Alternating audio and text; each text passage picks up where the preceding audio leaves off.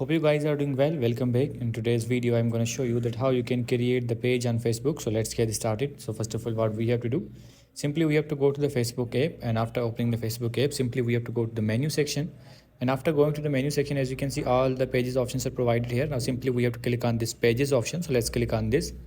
And after clicking on the pages option, as you can see, you will be able to see all the pages here. If you want to create a new page, simply we have to click on this create option. And after that, as you can see, now we have to choose the page type. That will be a personal profile or the public page. For example, I'm going to choose the public page here. Now we have to click on the next. Now we have to provide the name here. For example, I'm going to write this name here, and then we have to click on the done, and we have to click on the next again.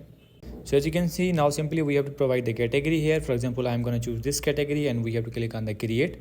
And after clicking on the create, we have to wait for a few seconds.